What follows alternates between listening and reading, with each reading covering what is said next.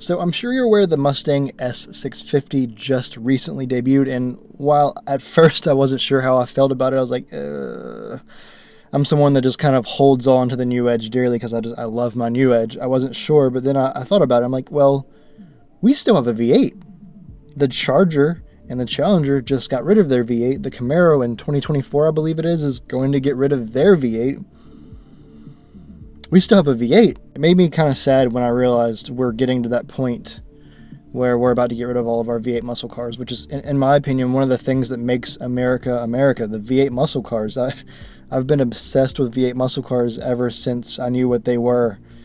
I think I was like 8, 9 years old when I realized like what a V8 muscle car was, and I just thought it was the coolest thing in the world.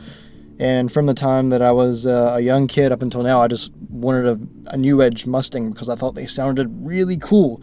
Not for the power, not for how many races I can win or how many people that I can bust on the street, not for any of that stuff, but just because as a kid I thought they were really cool. I thought they sounded really cool. And I just wanted to be able to drive down the road in a new Edge Mustang one day and listen to the sound and enjoy it. And now as a 28-year-old adult male, I am doing that. And it's very enjoyable. And it would be absolutely terrible for that to be taken away either by big industry or the government. With that said, here's my theory on why I believe that the ICE Mustang is never going away, or at least not in the next 20, 30 years. So there's a lot of talk about EVs, but one thing that I found very interesting is Toyota. Toyota, a company based in Japan, a Japanese company, is actually lobbying against electric cars.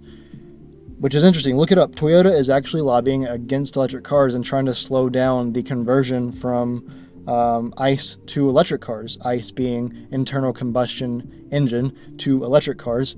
And I needed to know why. Why is Toyota trying to slow down what a lot of companies seem to be trying to speed up? And I would think Toyota would be one of them, but they're not. So it turns out that Toyota has Japan in its best interest, since Toyota is a Japanese company.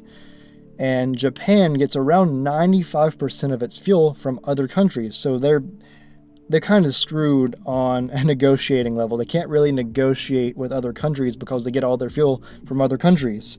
So when things happen with Russia and with the US and the Saudis and everyone, Japan is like, we can't really negotiate with you guys because you guys have our means of energy. Like, you guys are giving us all of our energy. So Japan really, really, really wants to find a source of energy that they can become a net exporter of and stop relying on the rest of the world to import fuel to them. So one of the things that Japan is really looking at as a source of fuel is hydrogen, which is interesting because Ford is also working on developing a hydrogen-powered internal combustion motor, which would be awesome. Imagine the 2013 Mustang is powered on hydrogen. Imagine the 2013 Mustang could be powered on hydrogen and E85. I don't think this is out of the realm of possibility. It is scary to think that the Mustang, the Charger, the Challenger, the Camaro, the Corvette are all going to become electric cars that make fake computer-generated sounds that are blowing like electric air noise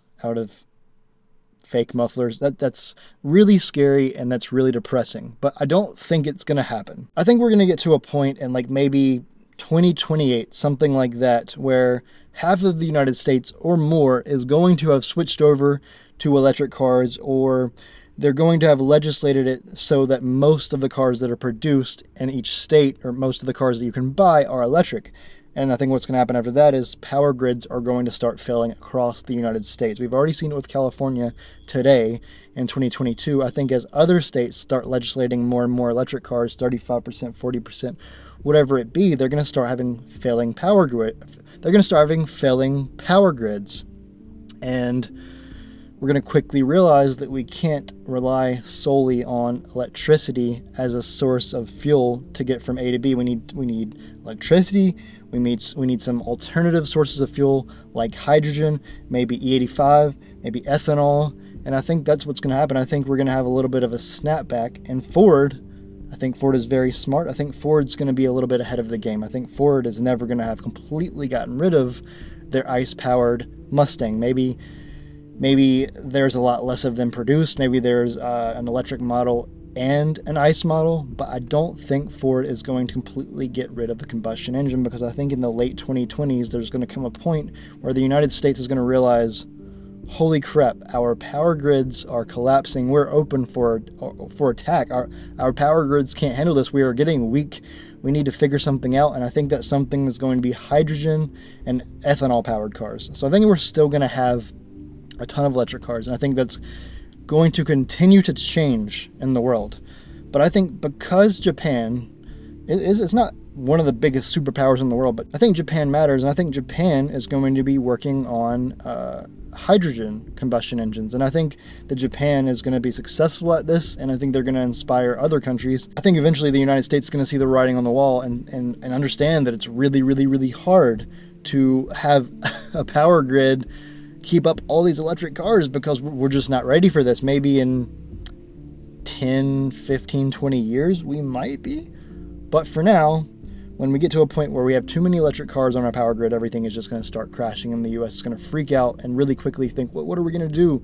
And it's going to be E85, and it's going to be hydrogen, and that's what I'm really excited about. I actually got really depressed thinking by 2030 there weren't going to be any combustion engines left, and then I realized our power grids can't handle that. Like, most states in the United States would just absolutely fall apart if 50% of the cars being driven in that state were electric, because the power grid's just not built to handle all of that electricity being needed. Like, we're not there yet, and we're not going to be there in 5 years.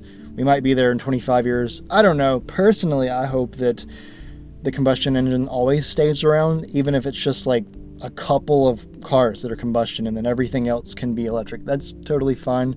My daily driver, my trucks, all that stuff, I don't need that necessarily to be V8. That could be electric, EV, I don't care. But my American muscle car, which is what inspires me to be a better person. It's what inspired me to start the channel. It's what inspired me to grow a brand based around my car. The thing that makes me happy in life, the thing that inspires me, is the internal combustion engine. And to be precise, the Mustang, my Terminator Cobra. It just makes me happy, and for that to be taken away from us is depressing. So maybe this is wishful thinking, but I do believe that eventually the United States and other countries are going to realize and understand that we need to work on more than just one source of energy for our automobiles. We can't just rely on electricity. We can't just rely on gasoline. I think in the future, automobiles will run on a diverse source of fuel. I think most automobiles will be electric. And then I think some automobiles will be hybrids. They'll be a mix of electric and hydrogen-powered ICE motors, and maybe some E85, maybe some ethanol-powered cars. I believe that is the future. I think the future of automobiles is a little more diverse than we think right now. Right now, it's popular politically to go straight towards electric, but eventually it won't be, because it's not going to be as convenient as it is right now. Right now it's convenient, but we're going to start seeing the holes in a society that is entirely powered by electric cars, and that's because our power grid is going to start collapsing, and we're going to have to figure out how to solve that. And the solution to a more sustainable power grid is diversity in the fuel sources that power our automobiles. We can't just have gas, we can't just have electric. We need several different types of power to get us from A to B. And with that said, guys, if you enjoyed this video, if this made you think, if you have your own ideas, thoughts, comment down in the comment box below. Like the video if you enjoyed the video, and share the video. You know, if you have someone that you think would like to hear this opinion, and share their opinion as well. And if you're not already subscribed to the channel, subscribe to the channel for more car content. I'll see you guys next time. Much love.